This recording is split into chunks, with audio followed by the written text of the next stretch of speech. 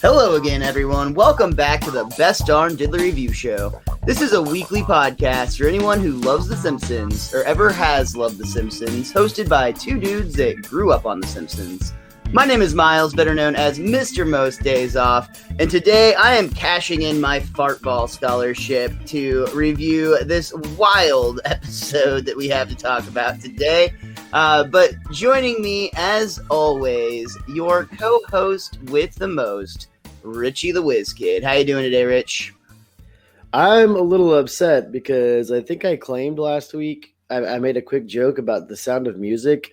I thought this episode ended with them doing a Sound of Music style performance to sneak out to like get away from Johnny Law in Florida, but that's not this episode. I don't even remember what episode that is anymore at this point because I tried Googling it and Google couldn't help me. So I'm a little upset today, Miles. It must be one of the other 700 plus episodes of The Simpsons that you're confusing it with. Exactly. But that's not supposed to be how I operate. So it's whatever. I'm done with this episode, man. I'm already done. It's freaking Florida, man. I don't even know what to say anymore. So let me throw it back to you. The man, the myth. He's mental. It is Miles. Oh, man, the banner. That's so good. Or the pennant or whatever. So we're talking about Take the Alligator and Run today, which originally aired on April 30th in the year 2000. Which this episode right off the bat, I gotta say, the first thing that jumped out at me about this episode, even before we started reviewing it, is it's very lowly rated compared to the rest of this season, essentially, which has an average much closer to like an 8 or 8.5 out of 10, according to IMDb. Only Saddle Sore Galactica is lower rated than this, and we discussed that episode as having like a very negative feelings towards it. That episode is rated a 6.4 out of 10. This episode on IMDb is rated a 6.5 out of 10. So just barely a step up, which feels unusual because the very first thing we learn on the commentary, or that I learned from listening to the commentary on the DVDs for this one, is this episode was written by John Swartzwelder. Who is known as being one of the best and most funny writers of the show. So the fact that this episode has some controversy, as they stated on the commentary, is very interesting. Though that gag that you pointed out should have been the first tell, because John Swartzwelder loves to put those little pennants in like every one of his episodes, including this one where Homer's like celebrating football style his own mental health disorder. Mm-hmm. John Swartzwelder, unfortunately, was not featured on this DVD commentary, but we did have Mike Scully, Dan Castellaneta, Steve Moore, Julia Thacker, Matt Selman, Ian Maxstone Graham, George Meyer, and the voice of our Southern Sheriff in this episode, Diedrich Bader, who was for me, most known as being on the Drew Carey show. But this guy, I checked him out on IMDb, and I did not realize he has got a huge repertoire in the voice acting world. Mm-hmm. He has so many comic book characters, lots of animation, lots of video games. This guy has a very just good voice for voice acting. And he admittedly brought a lot to this Southern Sheriff character, which maybe that was part of the reason people didn't like this episode. I don't know. We're going to talk about it. But I thought, if nothing else, he did a really good job with the character. Now, you may be thinking to yourself, wow, that's a lot of commentary names I just listed. And in traditional huge commentary style, there was a lot more joking about on this commentary track than there was actually any information. They did a lot of self-roasting. They just kind of generally laughed along with the episode a lot. But there were a few nuggets of information that I am very excited to talk about as we go throughout the episode. Again, there's very few points from the commentary, but a couple of them I feel are going to help make a lot of sense of what this episode is. So I guess, Rich, with them starting off the commentary by talking about the controversy, as they put it, of the fans' response to this episode. Before we dive in, what are your thoughts revisiting this one? Like, did you enjoy reviewing this episode? I mean, it was okay. I still don't know who the little guy with Kid Rock is, even after all Oh, these that's Joe years. C, dude. I love Joe C. We're gonna talk about Joe C. I still like that's Pepsi. That's fine. Whatever his name is, I have no idea who he is. They do the one joke too much in this episode, and it got to the point where it was bothering me. The built this city gag. When Homer keeps bringing up, they built this city, I'm like, okay, But dude, Yardley Smith's reading of "On Rock and Roll" made all of it worth it. That was such a great line with Lisa's like just so. Oh my God, Dad, I hate you so much for making me participate in your Starship tribute. Yeah, but then like by the time they're living in the little trailer behind the diner and he does it, I'm just like, oh my God, dude, like it's not funny. Please stop. Like it's not even like dad joke level. It's just this was unnecessary level, and it was okay. It was an okay episode. Hadn't looked at the IMDb scores on it. I know you mentioned that there was like quote unquote controversy of it. I don't really consider it controversy. It's just that's their words, not mine. But yeah, I agree with you on that. Yeah, there's nothing really controversial in the episode because the one thing they do that's bad is kill an animal, but then, spoiler alert, it's not dead. And it just kind of saves them and ends the episode abruptly. And I'm like, I can see why people didn't necessarily enjoy this. I had pretty decent memories of the episode, and there are some funny moments, as there always are, but it felt a little rough around the edges. That's fair. For what it's worth, the common complaints from the backlash of the controversy of this episode was the fans complained mostly about the frenetic pacing and energy of this episode, which even on the commentary, they're like, well, I mean, it definitely has that. Like, we can't defend, like, if that is what you don't like about it, this episode definitely has that in spades because it is all over the place. But we are going to talk about maybe some of the reasons why. But I'm going to save that for now. We're gonna tease that information and bring it back around later if I don't fuck up and forget like I usually do. But I will also say that when this episode came out in 2000, dude, I was a big deal. Huge Kid Rock fan. Like I remember being excited about Kid Rock being on The Simpsons more than I actually remember this episode for the most part. Like reviewing it, I think I enjoyed a lot of the Simpsons antics. Not all of them. There's some complaints I have as well that we'll get to, especially I think in the second act. But the Simpsons family story I enjoyed more reviewing it now, and I'm like, Kids Rock part was actually pretty just not huge. I mean, it was fine. He got his ba with a ba out, which was at the time the jam. So it's good. But I guess let's go ahead and dive in a little bit. Oh, go ahead. I'm sorry. I always was wondering where Uncle Fester was at all the time in this. I don't remember his actual name. What's the dude that used to be with Kid Rock all the time? Uncle Cracker. There you go. His DJ.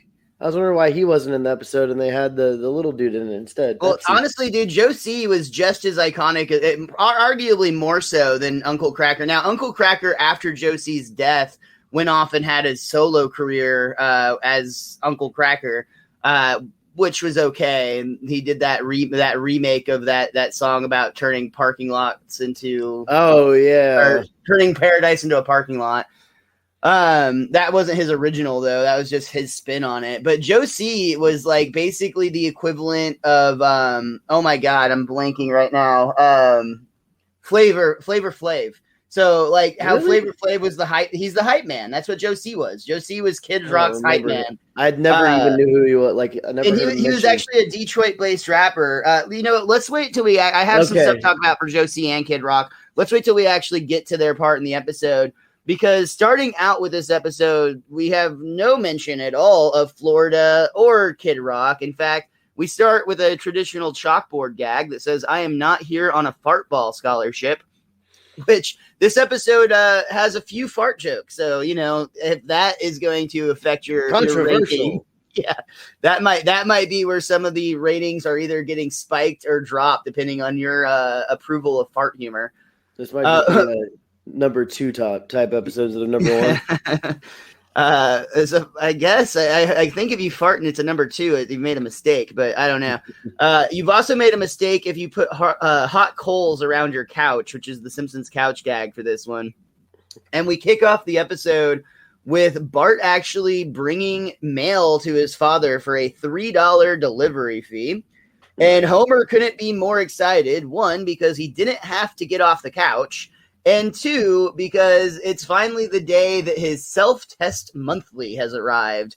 Finally, I get to find out what makes me tick. I'm betting it's hunger and rage. Well, yeah, but in what ratio?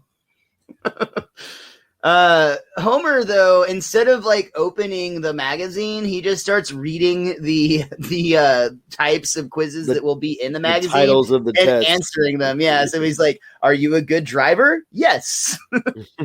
Are you good at math? Yes.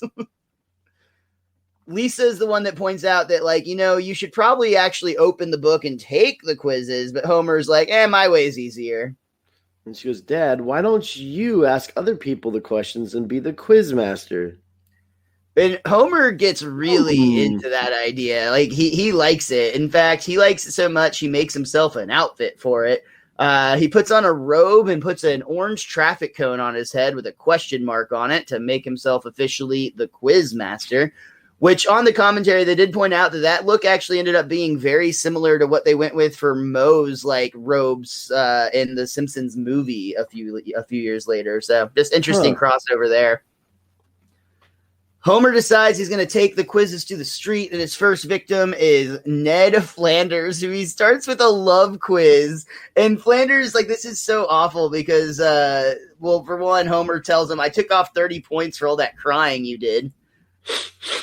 Well, it was a little insensitive you giving me a sex test, seeing as my wife just passed away.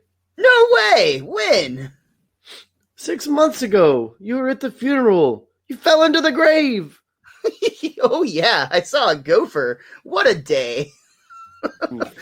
Oh, man. So we have to talk about it. I know the Simpsons writers hate the use of this, but it's absolutely something that happens in this episode that we're going to have to address. This is the first time we see jerk-ass Homer in this episode, and Homer does some huge jerk-ass moments in this episode. So, like, this one is actually minor compared to where we're going.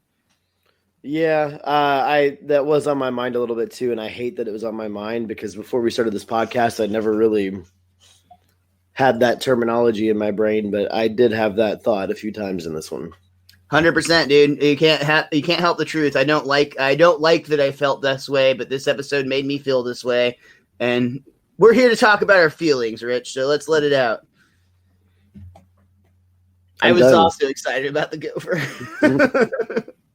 All right. So Homer's now quizzing everybody at work. He's like, I think he asked Lenny who his favorite Backstreet Boy is. Oh, the little rat-faced one. Carl's like, no, that's Nick. He's so good to his mother. According to this, you're both idiots. Hey, thanks. What do we owe you? Quizmaster is apparently a good paying gig. Yeah. The person that's really not digging this whole Quizmaster thing is Marge, because apparently Homer is just blasting her with questions nonstop, including when Marge is trying to go to bed. Okay. Oh, go ahead. You paused, Miles. That's a deadly mistake in the podcasting game. God forbid we breathe in this show. There's a black widow at the door, a rattlesnake in the window, and a scorpion on the phone. Do you, A, none of the below, B, homie, for God's sake, it's 2 a.m. Fine, I'll take the next quiz. How long will you live? In an average week, how many braised ribs do you eat? Marge, do you think that counts honey braised? And I love this. We snap to Marge, who's now holding a pillow overhead, screaming at her husband that she's trying to sleep. But we cut over her just long enough to be able to cut back to Homer and see that he is now actually having a bucket of ribs in bed as he takes this quiz about how many ribs he eats in an average week. Okay, non-smoker at 8 years. So according to this, I'll live to be 42. Oh, that's horrible. I won't even live to see my children die. And I love this next sequence because Marge at this point actually is like seeing her husband's upset. So when she asks him what's wrong and hears that she's only got, or that he thinks he only has 3 more years to live, She grabs the book and is like, well, maybe you added it wrong. Let me have it. Mm-hmm. And she actually gets the look of horror on her face. See? And these quizzes are never wrong, Marge. They're put together by the finest scientists in the magazine business. So Homer now thinks he's going to die, which ironically might cause him to die because he's not sleeping. He's like clearly stressed out. He's watching late night television, a show with Robert Evans, who actually did read for this show. And a lot of this older people at the Simpsons staff, I just called them old on accident, but it's true because I don't know who this person is, but they nerded out about how like wonderful of like an interviewer this guy is. Can't sleep, gonna die. Can't sleep, gonna die. We cut to Homer watching the TV where Robert Evans is actually interviewing Rose, Charlie Rose, who did The Godfather and The Love Story. And he says, Love Story, the little picture that could. Was Paramount chopping at the bit to make it? You'd better believe they weren't. But once that tearjerker hit John Q popcorn, it was Bafu Boo Boo box office all the way. And the critics loved it too. I remember Vincent Canby said, I'm going to kill you, Homer. You are so dead. And it's honestly kind of creepy because Charlie Rose looks straight into the camera and like Homer's freaking out. And of course, we assume this is happening in Homer's head as he immediately goes back to talk about his other classic, Chinatown. And then we cut to Evans once more being, oh boy, disappointed. I had the blues like Chassins had chili. I don't know what I have no idea what these references we're making are right now, but I said to myself, Evans, you forgot Hollywood rule number 1. And he then looks at the camera and says, kill Homer Simpson.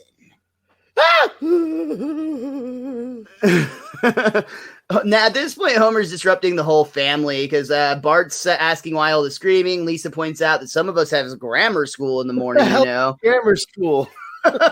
I think that's just elementary school, but I don't know. It's a weird grammar school is definitely I don't know. Maybe Lisa's taking private education on the side. That's what I was wondering. Like, it was a very weird, oddly weird thing. Yeah. Marge suggested head doctor, perhaps, but Homer responds, I'm not crazy. It's the TV that's crazy. Aren't you? Aren't you, TV? The crisis, Charlie Bladorn's birthday. The solution, a snappy banner. Out comes the phone, in flies Bobby Towns, and 6 drafts later, I had myself a party. I agree with Homer on this one because he's like, I do too. Gibberish, all gibberish. Yep. Honestly, it played like that scene played very well, though. I enjoyed that scene. Yeah, 100%. Even with the dated references that we clearly don't get, it still worked to convey that Homer is losing it. But it's just you see that like it's probably these two dudes doing their own voices and actually like going all in with that. I'm going to kill you, Homer said. Like, it was beautiful, man. It's so funny. So I think that we can agree that when Homer does something in an episode of The Simpsons, he usually gets like way into it, right? And yeah, that's no different in this episode when he takes this mental health disorder he suddenly developed and has just like ramped it up to 11 like overnight, because we see him at work the next day. And when Mr. Burns is taking an inspector of the power plant around and everything's going smoothly until they run into Homer, who's like in the hallway wearing a cowboy. I think he even uses the phrase like no zany employees or something along those lines. Yeah. And then they literally run into Homer, who's like wearing a cowboy hat or in a sleeping bag, and he's like nursing a plastic baby doll that's clearly not like alive in any way. And he's claiming that he's a mother, and a mother cannot die. Oh, he is here to remind the employees of the precious gift of sanity. We should be reminded of the gift of sanity. I would like to receive that gift one day. Especially in these trying times. So we actually cut to Homer lying down in like your traditional therapy session where he's on his back and the therapist is like, you know, theoretically we would assume listening to Homer's problems. The doctor suggests that what you need is a good long rest. I suggest Florida. Florida? But that's America's Wang. Well, they prefer the Sunshine State. For the record, they don't. I always say it. Whenever anyone says Florida, I go, but that's America's Wang because of this episode. So the script that we're using cut out this really great joke that I love here, because when Homer's on this chair, I'm gonna have to just come up with what close enough, I guess. But Homer's when we first see Homer on the bed laying down, and the doctor's like, "Well, you clearly hate your father," and like Homer's response is something like, "Well, yeah, I don't really like the guy, but who I really hate is your father." And the therapist responds with like, "Oh, yeah, sorry about that. I was just venting." Great joke on that.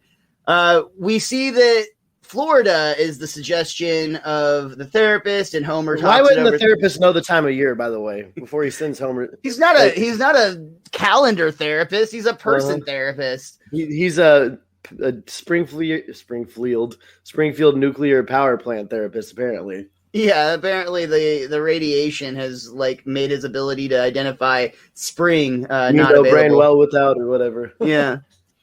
But Homer takes the advice. Him and the family decide that they're going to go to the nice, peaceful town of Palm Corners.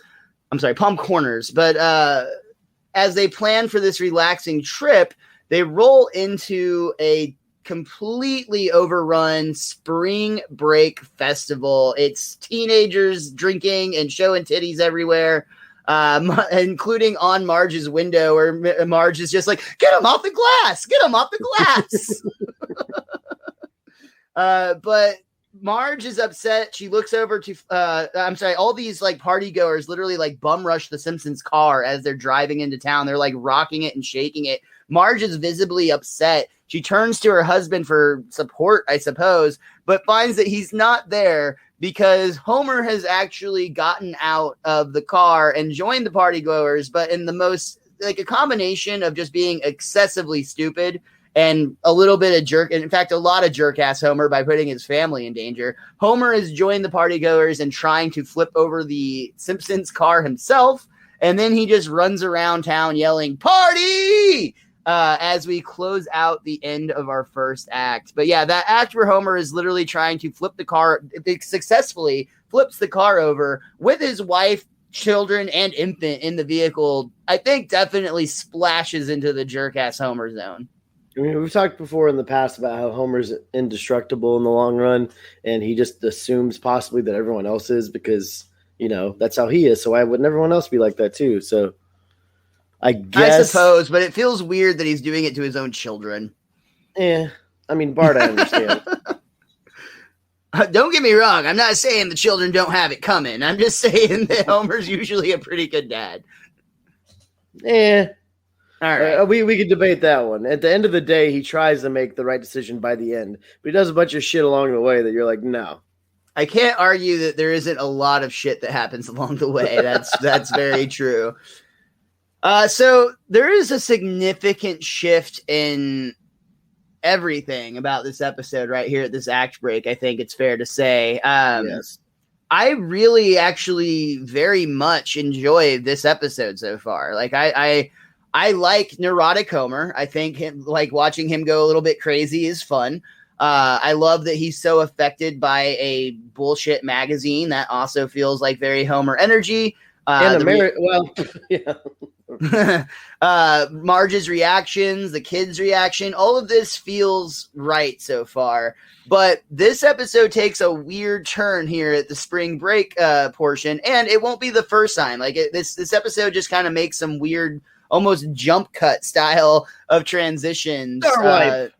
Yeah, they're all star wipes. This like Ned's dating videotape, but which is why his love score is so low for what it's worth.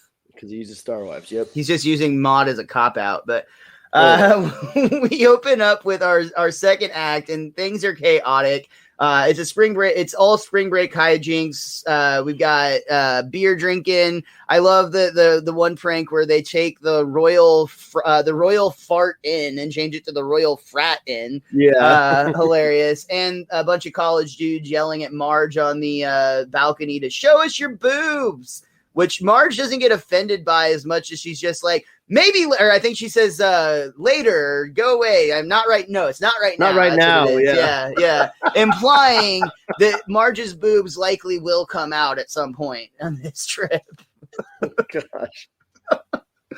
Oh man, we cut to like the old school. Well, I assume, I don't know. I haven't watched MTV in a while. I doubt they still do this at this time. MTV would always do these wild like spring break week shows where they're doing everything live, musical performances, shows that they would do like from the spring break venue, and they'd always have these VJs, they would call them, who would be like the hosts of these events. And we have this woman who's like very excited to be there, like, woo, my name's Sepulveda here doing the VJ thing for the most out of control spring break ever, and since it's my birthday, we're gonna party extra hard. But beep, as soon as beep beep beep as soon as she says it's her birthday, she looks down into her palm where they've like implanted some sort of like jewel that lights up, and she starts to freak out like, oh no, not yet, I'm only 25. And two security guards like drag her away, and she's replaced with a even more upbeat and younger VJ. What up, Chew Toys? Cienega here, tightening the hose clamps for you bad girls. We got Kid Rock coming up for all you mosh monkeys. So Homer's like, "Woo, I like music." That's all it takes. You have no idea who this is. I do think this is actually, you know who Kid Rock is. I thought you were talking about. No, I don't think these VJs are real people. They're not. But, yeah. I think they are based on personalities that were actual VJs, but I do actually think this is kind of funny commentary on like how women on television are considered old at that age, which is ridiculous. But it was all that, like, freaking Carson Daly was the one that got to, maybe take the chip out of his hand and stay a few years longer. But they did this with all their little VJs back in the day. Yeah, man. Kids want to watch people that are older than them, but like not too much older than them. Mm-hmm. So we're about to have Kid Rock take the stage. And I do want to talk a little bit about the commentary here about both Kid Rock and Joe C. Because first of all, it was Matt Selman who was really pushing for Kid Rock to be on the show. He both is a fan of his music at the time and also just kind of could see that Kid Rock was like on a meteoric rise. And if they were going to get him on the show, that would be the time to do it, because like it was right when he put out the album Devil Without a Cause, which had some of his hits like Ba Wada Ba and Cowboy, which were both huge. And Matt Selman really, really was the one that was like really pushing to get this guy on the show when like Mike Scully, the showrunner, for instance, had no idea who Kid Rock was. Like it just wasn't on his radar. But Matt Selman's push was successful, and they decided they would reach out, and Kid Rock was excited to do it. He thought that sounded cool. But Kid Rock was quite the character in the late 90s and 2000s, and a lot of times he had this pimp-like persona that in wrestling there's a thing called living your gimmick, and Kid Rock did that, like, all the way, because Kid Rock was known to go places wearing, like, a full-length, like, white fur coat with, like, a pin hat and a cane, and that's the exact outfit he showed up on the day that he was recording his lines with Mike Scully. Now, on the other hand, Joe C., who, we got to talk about Joe C. real quick. Joe C., we talked about a little bit. He was a rapper, and unfortunately, he was born with like a very Kaleha was his actual last name, Joe Kaleha, but he went by Joe C. on stage. Detroit rapper, born with a severe form of celiac disease, which also caused him his growth to be stunted, and he actually achieved a maximum height of 3'9". Which gave him an unusual appearance. A lot of people thought he was a kid, and he actually, I remember at the time. Like there were parents when I was listening, not mine, but like I remember at school and whatnot, there would be parents that were upset with Kid Rock because they'd have this kid on stage saying this dirty, filthy stuff about pussy and fucks and whatever, because that's what their music was about. But this guy was a full-aged adult. He just looked like a child. But apparently he was a pretty notoriously late for a lot of events, including this one. He was actually just recording his lines over the phone, but he missed his call time, and so he was about 20 minutes late or so, which left Mike Scully in this very usual position where he's basically waiting in the sound booth with Kid Rock, who he doesn't even know what to call him. He's like, do I call him Kid? Do I call him Rock? Mr. Rock? Like, what does this guy go by? And he's wearing this full-length fur coat, pimp hat, like very just like unusual situation. But Mike Scully talked about it and said that the guy was actually incredibly nice, very down to earth, surprisingly. And he asked him what he should call him. He's like, man, you can call me Bob, because Kid Rock's real name is actually Bob Ritchie. I've never heard that before just now. Well, there you go, man. I will say that, again, at the time, I was a huge Kid Rock fan, and I'm still very much impressed by him as a musician because he's underrated in a lot of ways, in that he's known as a rapper, but like at his live performances, he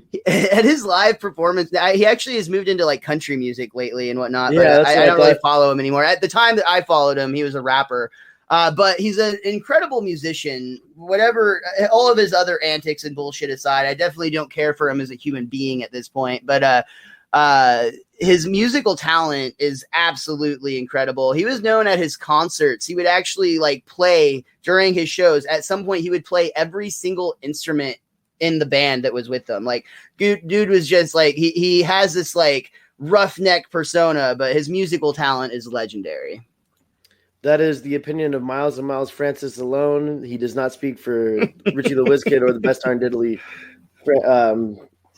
I don't know what I'm trying to say. I don't know. That's Miles' opinion. That's fine. It's just your opinion, man. Again, say what you will about the dude.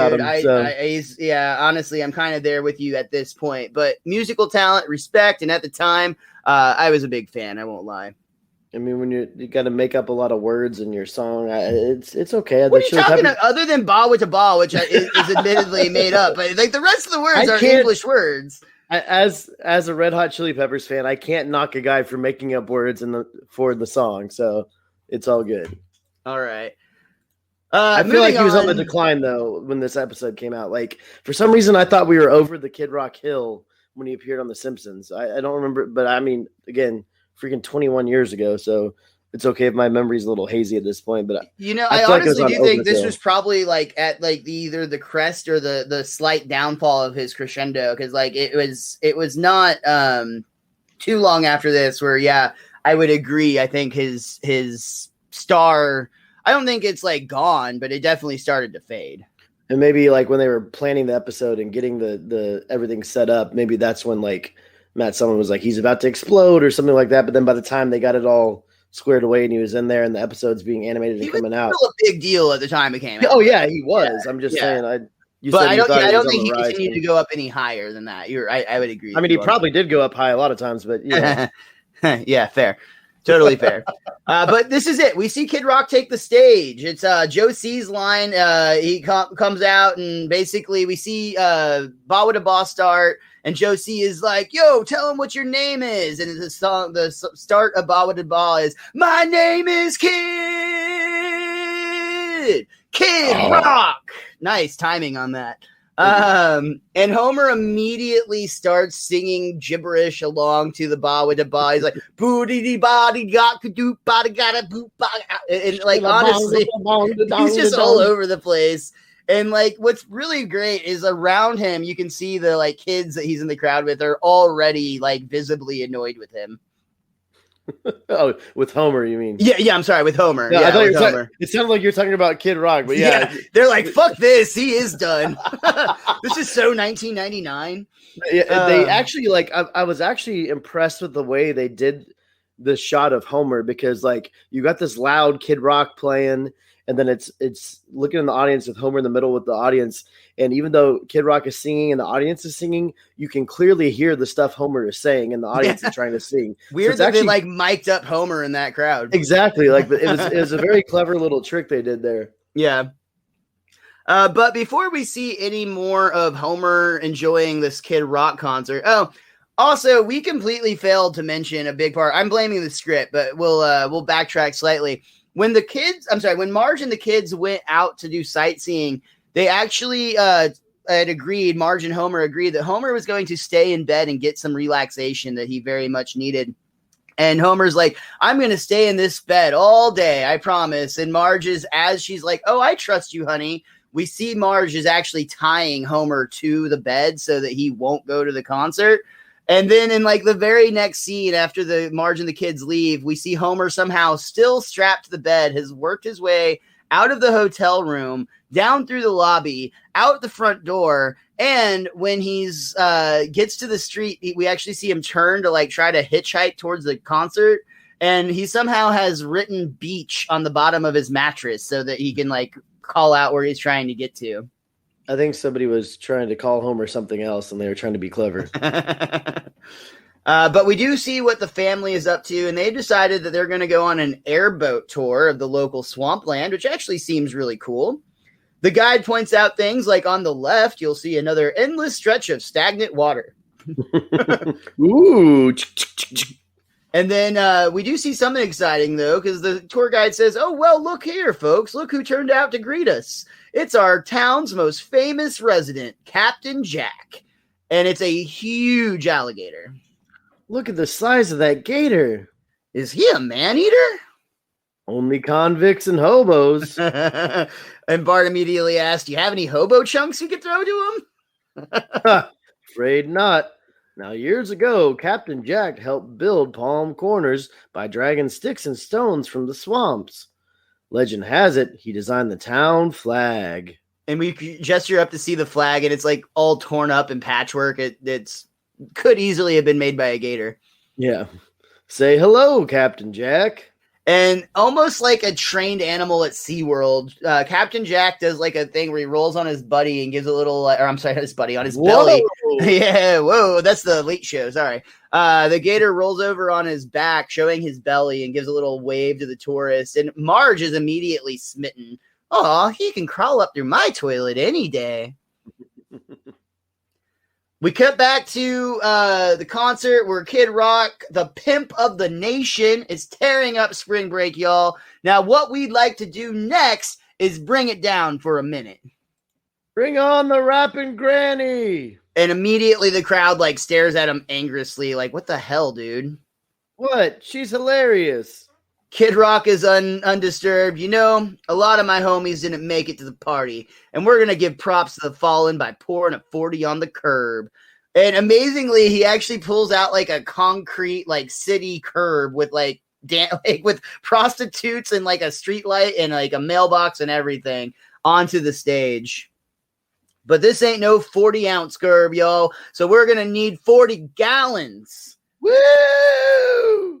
And we cut to this giant 40-gallon 40 that Kid Rock has brought for his concert. And in our third big instance of jerk-ass Homer, we see Homer has decided to take upon himself to run and start drinking that 40-gallon bottle. And to make it even worse, he literally is chanting, all for me, like a selfish child, when this was supposed to be a tribute to Kid Rock's friends who had died. Obviously, he's doing it on stage in front of everybody, so everyone can clearly see it. And that's when Kid Rock is surprised, and Joe C's even like, hey, who's that fool? I know, right? Yo, let's waste that biatch. Biatch? What? And Homer decides that he can tell they're upset and he doesn't like being called a biatch. So he like covers the bottle with his hand, shakes it, and sprays down Kid Rock and Joe C with like the foam from the beer. That's impressive that he can shake a 40-gallon can of beer that's at least still half full and he sprayed at people. And with enough force that it actually knocked them off the stage. And Homer runs up and does Richie's favorite joke. We built this city on rock and roll. Woo! And immediately Homer is grabbed off stage. Immediately Homer is joined on stage with two of Kid Rock's security guards who have grabbed the sleeves of Joe C's shirt. Kid Rock himself has taken off Joe's beanie and put one of those like pointy helmets from like, I want to say World War I. Yeah, that sounds right.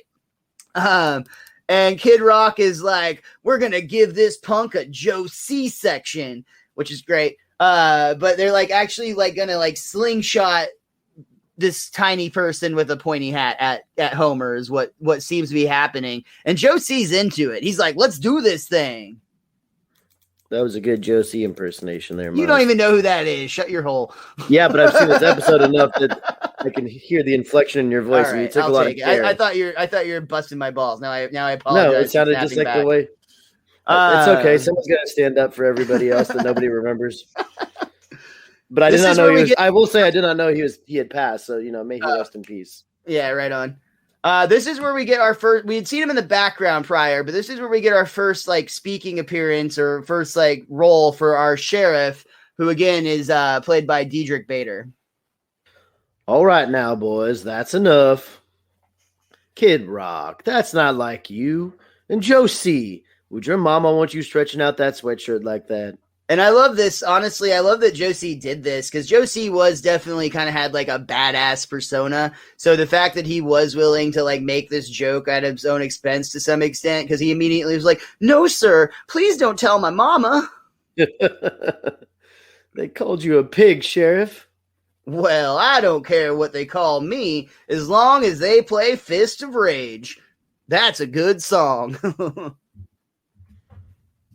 We see that the sheriff has successfully resolved this what was about to apparently be a fight between Homer and Kid Rock and Posse. But we cut back to see that Marge is now nervously in the hotel room where she's probably noticed that her husband isn't in the bed, probably noticed the bed is also missing. And that's when the sheriff comes back with Homer, who is very drunk. Marge, guess how many boobs I saw today? Marge, he was 15. And then he passes out on the couch. 15. The sheriff, like this whole time, like he's got this very chill, laid back, like everyone's just being a good old boy. It's fine, no problem. The boys will be boys thing, which doesn't fly in the middle of the day as it used to. Mm-hmm. But he figures Homer was just blowing off some steam. I mean, to be fair, the whole point of this trip was to make Homer relax a little bit, and maybe it has worked to this point because even though he hasn't been relaxing, he's been like letting off all his steam in a manner of speaking. Yeah, I mean, it would seem like based on the way he wakes up the next morning that it's kind of worked, right? Like he's got a good night's sleep, so his insomnia is cured, and his mental health is as normal as it ever was without him like trying to nurse a plastic baby. So that's improvement. Mm-hmm. He does time to party. Yeah. He's not ready for this to be over, but he's very sad when he runs out to the streets yelling party and finds that there is nobody there. The few people that are now looking a lot less wild than they did previously. They look clean cut and well mannered. They're packing up their vehicles and talking about how they have to get back to school. Yeah, and they're saying that we're the way of the future or whatever to fix the world's problems. It relies on us, the college students. And if only they would have followed through on what they said, because damn it. Sorry. Yeah, good point. Yeah. Homer's, though, he's not done. Just because these lame-o college kids won't party, he'll find somebody that knows how to have a good time on spring break. And we cut immediately to Homer now captaining an airboat, which how the hell did he get that? With Marge looking nervous, Lisa looking bored, and Bart looking just kind of miserable on the boat with them. And they've tied a banner to it that says Spring Break Forever. Playing Louie Louie. I thought Homer was still singing, "We built this city." No, that's you. Oh, God, don't make it worse. Louie Louie. No, literally in this next one, it does the next line on the script I'm seeing. It has, you're right, they're playing Louie Louie on the boat. Yeah, but then the next thing we see is Homer singing that "We Built the City" again. Yeah, it's because he doesn't understand anything. And again, though, this is like the one line by Yardley Smith. I like Lisa's response to her dad here when he's like, "We built this city," and he's like so excited, and he puts the pretend microphone in front of his daughter's face, and she's just like, "On rock and roll." It's okay, Miles. Don't give me that line when I'm super upset with that joke. That's fine. That's right. Bart says, though, while Lisa's out of it, "Dad, look out." Look out for what? That giant gator. The giant. Ah! And we see that Homer's boat, he's not paying attention to where he's going. He's driving full speed while rocking out. And he's driving right towards the famous alligator, Captain Jack. And there's nothing they can do. They go smack, smack. And the next thing we see is Captain Jack is now floating upside down. This time, not to wave at the boat, but to just die there. To wave goodbye. Yeah. And immediately, you got to give props to this cop here, because within moments of Captain Jack dying, this officer, this sheriff that we met previously at the concert, rolls up, and Homer decides he's going to try to make a break for it, but it doesn't work out, and he actually gets handcuffed. Marge gets handcuffed, the kids get handcuffed, and the sheriff is trying to handcuff Maggie, but they have the infant-size handcuffs back at the station. Did you really have to handcuff the children? No, ma'am, I did not. You seemed so understanding before. What happened? Boys will be boys. Well, you see, during spring break, the beer companies pay me to look the other way. The rest of the year, I'm a real hard ass. Uh-oh. I think there's probably a lot of truth in this right here. Like, I don't know that it's quite that simple, where it's just like a simple bribe in that nature, but I bet you that the reason that so much happens at these types of events is because there's a lot of just, look the other way money. What about like Mardi Gras? Like, how do you think that happens? Well, I mean, that's like got so much. I'm sure there's aspects of it that are the exact same. Yeah, it's like, well, we're just not going to pay attention unless, like, you hear gunshots or something. I don't know. It's kind of like how you can smoke weed at a concert. Like, it's just like, it's still illegal, but you're still allowed to do it for some reason. That was oddly specific. I wonder why Miles would bring that specific example up. I don't know. It just seemed right. Or die try. Oh, wait. Yeah, that's it. So the sheriff actually has to run back into the station to get his infant-sized handcuffs for Maggie. And Homer realizes that this is their chance to get away. And he sees, like, it's a great shot because we actually are looking through Homer's perspective, seeing down through his own hands that are cuffed together. And on the other side, we see the set of keys, presumably for the handcuffs, hanging on a nail. And Homer's like, this is it, our chance for freedom. And he starts to reach toward the keys. And at the last minute, he just breaks the cuffs on the nail instead. And again, this is like he had immediately cuts to let's run away when they're already in cuffs. So yeah. Like, obviously they probably have your information at this point. I feel like it's a little late to try to get away. Yeah. Unless, like, getting that infant in cuffs was more of a priority than, like, getting the information of the person you're arresting. But maybe he's trying to figure out which Springfield they belong to because it's not on the driver's license. Yeah, that's right. They're like, damn, there are a lot of these to go through. I'll need some time. We cut to basically another chase sequence here, which I think we get a couple of. They're chasing each other in the cars at this point. The sheriff's literally using the bullhorn to tell Homer to pull over, and Homer's like, there's nowhere good. And he's like, what are you talking about? There's everywhere that's good. Yeah. Homer yells back, no, not there. There's no shade. Homer sees up ahead there's a railroad crossing, and that the blockers that signal that the train is about to cross are coming down, which gives Homer the idea that that's how they're going to get away, much to Marge's chagrin. She's like, Homer, no, you'll kill us all or die trying. Homer guns it Fast and the Furious style with his family. And he makes it just across the tracks in time as the train is coming across, except that they clearly get they roll past the first set of train tracks, and then there's a second set of train tracks immediately past the first one, and sure enough, that train plows right into them. Again, I just want to point this out. When you're on the run from the law, from Johnny Law, you never stop on train tracks. You got to pay attention to that, people. I can't stress that enough. It really does seem like a rookie mistake. Inside the car, Lisa's panicking as you would expect, asking what they're going to do. And Homer's like, well, better make the most out of the situation. And he literally just goes to sleep. And that brings us to the end of our second Brilliant act. car. Woo! What an act break, man. That's one of the more wild act breaks that they ever have, having the Simpsons literally get hit by a train. That was like an 8-minute act, too. We were at 5.5 minutes with the first one and 13.5 now.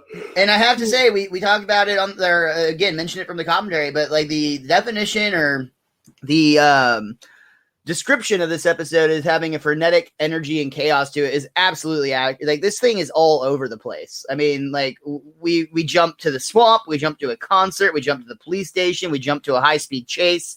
Like it is all over the place. Well, I mean, if you really look at Kid Rock's lyrics, I think that's a reflection of the way the episode's going. Bow, just a bang, do dang, do dang. Yeah, dude. I don't know these words, but they're all over the place with frenetic energy. It was, I guess Kid Rock's lyrics are very prophetic for this episode. We cut to we open our third act as dawn breaks, and we still see the train just pushing the Simpsons car down the track sideways. Lisa wakes up to find that Homer is now gone, but he actually climbs through the side window with like cups of coffee and donuts. And Marge is just like, "Did you go to the snack car?" I don't remember what he said here, but he did speak with the engineer, I know, and he received assurance that there's a procedure for this sort of situation. And we see that the procedure for that is the conductor of the train is using a long metal rod to basically pry the car off of the train, sending them just flipping down into like a valley. And they actually land on a road, which is it's a dirt road, but still could have been much worse. And Homer is like very calmly like, "Okay, now am I the only one that's on fire?" Good. And he like gets out of the car and then starts to panic and stop, drop, and roll. But he's just so calm as he's assessing the situation while his arm's burning up. I mean, this is a very key innovation in train riding technology, because typically you'd have to stop the train, which takes, at least a mile of train track for the train to stop completely. So if you have a long enough rod. Exactly. Yeah. Just like in outer space, this the rod just is like the MVP of all forms of travel, it would seem. There you go. Marge is upset. I think it's justifiable. This family has hit a new low. We're on the run from the law, totally lost, no car, no money, no clean clothes, and it's all your fault, Homer. They're all walking off, and Homer says, "I love being married." And like this is such a silly, like it's such like a call to like traditional sitcoms where like, and like let's cut back to say like an episode of Lucy or the Honeymooners or something like that, where there might have been times where, like they kind of as a joke make it seem like the woman is just being like, completely frazzled and like hysterical for no reason. Marge is being hysterical here to some extent, but like much calmer than the situation calls for. So Homer's dismissive, like, "I love being married" here is funny and like a very just like, "No, Homer, this isn't the right time for that." I chuckled when he said that, but I think it's just because I wonder how many different takes and versions of this line they did, because if they did any more than this one, it was wrong. This is the only way you could have him say that line without making him seem like even more of an ass or being mean to Marge. Like, he said it and you believe him the way he says it. That's the thing. Is so like I think they had to be careful with that one, but they pulled it off. So yeah, I agree. I think Dan Castellaneta brought a lot to that. It's those subtle things in the reading that make those things work. 100% agree. Miraculously, the Simpsons have like found themselves on this random dirt road in the middle of nowhere. They just start to walk and they come upon a diner that's like literally somewhere where they would never get customers, you would think. Like it's like completely out in the middle of nowhere. Mm-hmm. And it just so happens that in this diner, they have on the window that they needed a cook, a waitress, a broom boy, and a mop girl. And they had help wanted signs for all of them. 4 different signs, yeah. And each Simpson, like Homer grabs the cook, Marge the waitress, Bart the broom, and Lisa the mop. And they actually take the signs. And that's when we meet this older lady, the owner of the diner, Velma. "You took the signs out the window. That's pretty presumptuous. How do you know I'm going to hire you?" "Sorry, I just want to be a broom boy so bad." I like your attitude. You're hired. How about you, Missy? You want to be a mop girl? Not really, no. I like your honesty. You're hired. And you two haven't said a word. I like that. You're hired. Woohoo! Hey, keep it down.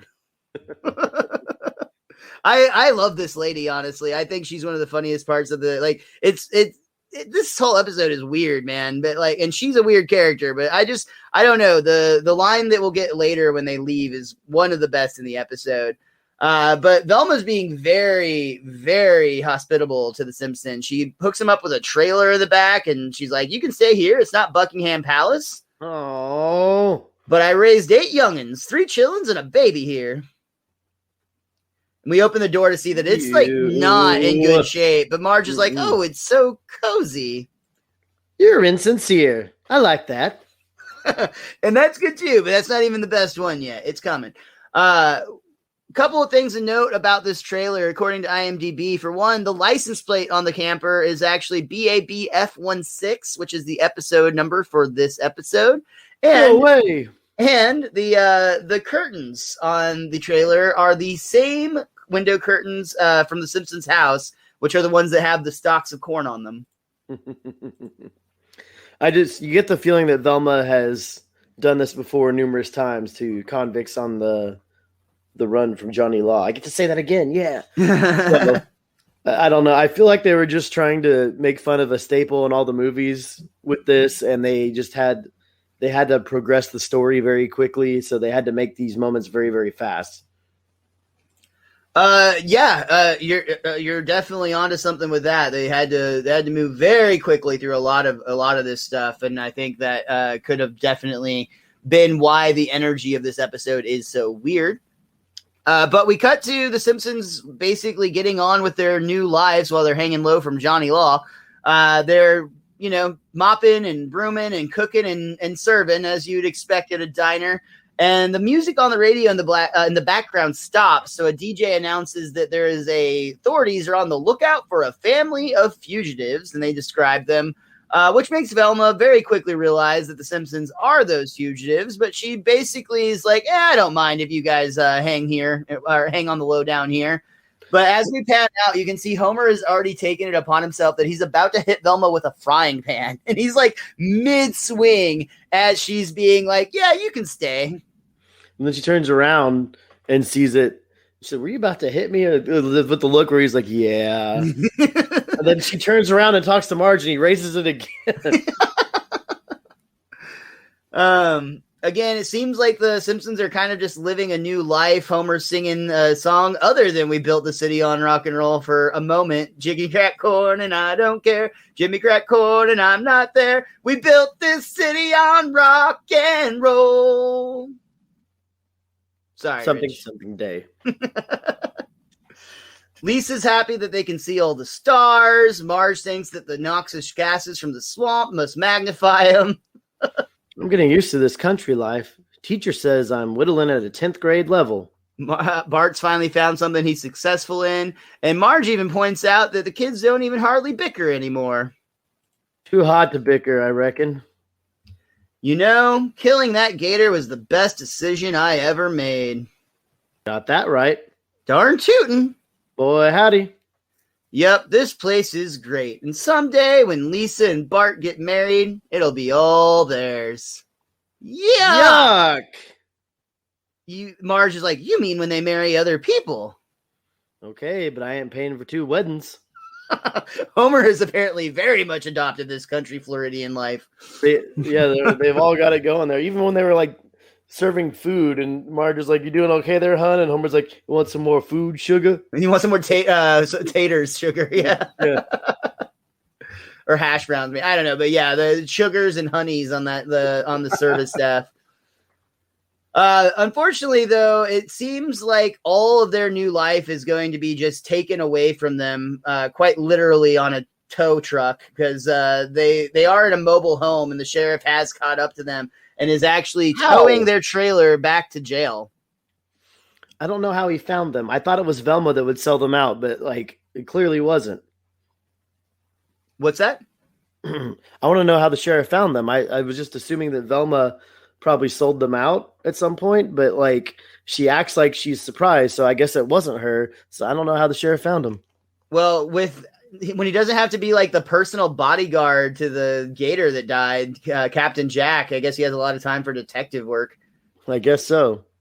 I do like though that Velma is just like, you figured all this out, or you like you figured out they were convicts. I don't remember exactly what she says, but it ends with it's his favorite line in the episode, and he doesn't remember. It's not in the goddamn script. I hate this fucking thing. But it's I like that is what it is to the cop. That shit cracks me up every time. It was like, hey, you're stealing my trailer off That's my land. Hey, you're stealing my trailer. I like that. Thank you, Richie. Oh man. I get another jump cut from them being towed to the police station to their trial. And Homer's decided, I guess, to defend himself instead of getting a lawyer. And he starts by saying, drunken hicks of the jury. I mean, is he wrong? They cut to the jury, who are clearly made of entirely drunken hicks. But they also seem very offended that they're being called drunken hicks. So we pretty much do another jump cut right after that to the Simpsons now working on a chain gang, wearing their orange jumpsuits and breaking up rocks on the side of the road. And to make matters worse, it seems like they're getting whipped by this guy for literally anything, for doing their job well, for not doing their job well, for talking, for not talking. Doesn't matter. The whippings are happening. We'd be much better rock breakers if we weren't all chained together. Snap! No talking. You know, you catch more flies with honey than with vinegar. Snap! Ow! I'm beginning to dislike the man with the whip. And the sheriff rolls up and is like, afternoon, folks. I got a new assignment for you. The judge is having a little soiree and he needs some help. Soiree. No listening, you hear me? No. And then we cut to the whip guy. You just don't learn, do you? Ow! I actually really like that moment. That's a great, I like no listening. You hear me? That's like only who can prevent forest fires. There's no right answer. But you get whipped instead. So we're doing yet another jump cut to now the fancy governor's ball. This episode is just all over the damn place. And basically the governor's having a big fancy party and he's having prisoners work at it to, serve people and make it more fancy, I suppose, which seems like a really fucked up thing to do, honestly. Yeah. I saw like a duchess or some lady that looked like one of the ladies at the soiree event that Mr. Burns had in the Larry Burns episode. Like it looked like the lady. Well, I never. She's not done yet. Like the mom of that lady or whatever. It looked like she was in the crowd here. That would make. I mean, that seems like the type of event she would attend. That makes sense if she was in Florida. Yeah, I don't know if she'd fly out specifically for it. Oh, who wouldn't? Oh man. I have to say I absolutely love the ice sculpture at this party. It's an ice sculpture of an electric chair. Which is just so fucked up. The Simpsons are still wearing like their orange chain gang jumpsuits, I guess, while everybody else they don't even get dressed up. Everyone else is like super and as fancy as they can afford. We'll talk about with Homer and the sheriff, or I'm sorry, with Marge and the sheriff in a minute. But I think they have the Simpsons passing around the hors d'oeuvres, and the guy with the whip is still there, keeping them in line. Mm-hmm. Simpson, we've got a problem. The jazz pianist didn't show up. Well, what am I supposed to do? And again, jump cut. We get Homer playing a really bad. Just doing a terrible job trying to play the piano. Though, again, if you didn't know how to play the piano and you were asked to play the piano at a party, I don't know what else you'd expect. But the whip guy knows how to handle it. Ow! And then immediately he starts playing perfectly. There you go. Works like that's all you need. Just a little motivation. Mm-hmm. So the Simpsons decide enough is enough. They've got to get out of here. They're going to come up with a plan to get the sheriff's keys. Marge is going to sweet talk the sheriff while Bart grabs them. Lisa asks, what should I do? Restock the possum bar. We're almost out of claws. And Lisa's disappointed that she doesn't get to actually help in the real plan. Is Bart not the one you want in this scenario? Yeah, sorry, Lisa, but your experience here is much better for restocking a bar than it is for doing anything mischievous. Or boring people with some really important discussion that is actually important to listen to, but nobody will. Marge takes her shot trying to smooth talk the sheriff. My goodness, what a lovely suit, Sheriff. Is that seersucker? Nah, not on a civil servant's salary. It's near-sucker. I like that joke, even though I had to look up what a seersucker suit actually was. I still thought that was just clever wordplay. Yeah. Which, for what it's worth, seersucker or railroad stripe is a thin, puckered old cotton fabric, commonly striped or checkered, used to make clothing for spring and summer wear. Seersucker is woven in such a way that some threads bunch together, giving the fabric a wrinkled appearance in places. Oh, boom! Sure. Getting educated while you tune in to hear us talk about cartoons. No, we did build the city on rock and roll. That's true. Marge points out that the fabric really brings out the red in the sheriff's neck. Yep, it's coming along, huh? You should see it in August after the horsefly's been getting at it. Whoo, man! Dang, I wish I could, but in August our chain gang has to dig for tar. Well, now, I could switch you to dead animal pickup. It seems like the sweet talking is working, but unfortunately not for long enough because the sheriff notices Bart is unshackling Marge's chains. But I guess it was just for the... What's that? Why is he unlatching the chains right in front of the sheriff? Why doesn't he wait for the conversation to be over? Yeah, wait till they just get the keys and move along. Exactly. Yeah. So maybe they did need Lisa. Yeah, they should have had Lisa. That was the mistake. But that bar is going to be so well stocked, Richie, like you don't even know. Mm-hmm. The whole family takes off without chains, except for Homer, who is still in his chains and is just running anyway. Even with the I think he's being whipped on the way out of the party still too. I mean, he carried giant boulders on a chain before. It's no sweat off his back. Oh, dude, the whip guy like goes full on badass in this scene though, because they're trying to make a flee for the gate, and the guy uses his whip to grab the gate, close it, and then he whips a tiki torch and causes it to burn a perfect circle around the Simpsons family, like completely enclosing them. And the Simpsons are impressed, so they start clapping for him. Yeah, it's like a Wild West show. Yeah, nice try. I guess we just haven't been whipping you enough. Sakes alive! And just then we see from the governor's mansion, the beloved Captain Jack is coming out into the crowd. Sheriff is completely shocked. He's like, well, don't that beat all? I guess you folks just stunned him. That's what we've been trying to tell you. The judge, who just happens to be there, is like, well, looks like you folks are free to go, but don't you set foot in the state of Florida again. Fine. There are plenty of other states that are happy to have us. And we cut back to the Simpsons living room where we see them having a map of the United States that has a lot of X's on it. In fact, 48 of them, because the only two states they are now allowed to go are North Dakota and Arizona. Arizona smells funny. So Marge kind of grumbles like, and then draws an X through Arizona. But Lisa's like, well, North Dakota, here we come. I always wanted to see Mount Rushmore. That's South Dakota. Oh. And immediately we get our credits, but instead of the Simpsons song, it's more ba with the bomb, bang da bang, diggy diggy. Yeah, it's Kid Rock over the orchestra. That's the end of our third act and the end of our episode. Take the alligator and run. Richie, do you or this book of yours or that book of yours have anything else that you'd like to say about this episode? Yeah, it was okay. It was okay. I'm still really upset because I thought this ended with them doing a stage production of Sound of Music and then escaping under the stage, but I must be multiple seasons off from when that actually happens. And it's going to bother me until we review that episode on which episode it actually is.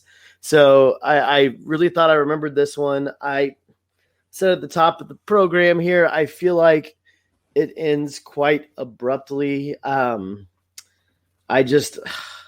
don't know. It doesn't Like the frenetic pace, all that doesn't actually bother me in this episode.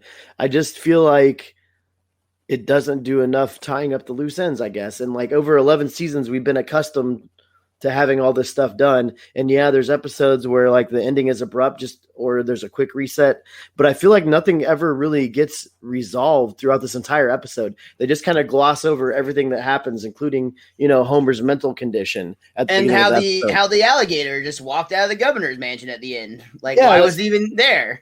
Yeah, there's so many questions, and I don't really care to have the answers to it, honestly. So yeah, it was just a little bit of a weird episode, and I've already said I guess we just blame Kid Rock for it. Oof. Well, I'm sorry to disappoint you, Richie, because I do have some answers for why this episode is seemingly not only chaotic, but how there are so many loose ends that aren't wrapped up, and how so many questions are just like, wait, how did that happen? And it mostly comes down to the fact that this episode was 4 minutes over, which doesn't sound like much, but 4 minutes is actually a huge amount of time to be over on an episode of a show. When you have to start making cuts to remove 4 minutes from a 23. So basically you have 27 minutes that needs to be 23 minutes. That's actually a pretty big chunk. And unfortunately, it left the director of the episode, it left Mike Scully in a position where they had to make a lot of cuts. Some of the cuts they even said on the commentary they regret making. One of the big ones actually did specifically explain why the gator was at the governor's mansion. There was an additional scene with Kid Rock and Joe C., who actually went to pay their respects to the gator, who is basically having a memorial at the governor's mansion. So it made a lot more sense later when the gator just kind of came crawling out of that. But with 4 minutes of cuts to make, you can imagine there was a lot of places that they're just like, well, really wish we could explain why that's happening, but I guess it's not funny enough, so it's gone. And that's how we ended up with the episode that we ended up with, which I still like. I think I like it now for different reasons than I did when I was a kid, which is a common thing that happens on this show. But I really enjoy the family on the run storyline in this one. And I really enjoyed the first and the third acts in this one. To me, it was the second act that was the most problematic. It felt like it almost didn't fit in some ways. I didn't feel like they used Kid Rock in a great way. The one scene where they were trying to fling Joe C. at him was really funny. But other than that, it was more of like just a musical performance, and I didn't feel like there was enough using him for humor. But it sounds like the scene that was cut where they were paying their respects would have been one of those. Well, and they definitely took a lot of twang with the Floridians in this episode too, which I feel like was a little bit out of place. I thought that was supposed to be a little more maybe Western from Florida, because it's the far East Coast. So I don't know, but that's all right. We'll take a few pot shots at Bob here at the end of the episode. It's fine. Yeah, that's true. Yeah. Though he's in Orlando, which is like the still like, Florida. It's still Florida, but I feel like it's like the less redneck backwoods portion. Yeah, not quite as bad. I don't know. I mean, they have Hogwarts there. How bad can it be? And apparently some other castle that people like. But that is going to do it for this week's Best Darn Diddly review show. I had fun with this episode, but it was definitely a weird one. But being weird fits in. We appreciate the weirdness. We have a lot of fun. I think it leads to a good conversation. I had fun on today's episode. And as always, I'm very grateful for all of you that joined in and listened to us ramble about how awful Florida is. It is America's weighing, after all. Yep. All sorts of little things on it down there. In addition to all the great things you guys do, like liking and subscribing and telling your friends and sharing and all that good stuff, do also make sure you follow Richie on Twitter at @thewiz_kid23. You can follow Miles at Mr. Most Days Off. But most importantly, you can follow our show. That's at Best Darn Diddly. That's DIDDLY. If some of you at work on Friday are listening to this podcast when you're not working towards the end of the first shift, because you guys asked me for the podcast name, I'm pretty sure you wanted to listen. I appreciate you, but don't do that on the clock. Do that on the clock, guys. Absolutely. Your job's not that important, no matter what Richie tells you. Guys, make sure you do come back again, though. I think we're gonna do a best darn everything. I don't know. We were talking about it before we got on the air. We're gonna do a best darn everything again soon. But our next Simpsons episode, we're gonna talk about. I'm very excited about because we're gonna tappa our way through the last tap dance in Springfield. So, like Miles said, please come and join us. I especially want the drunken hicks of Florida to join us. And until next time, be cromulent to each other.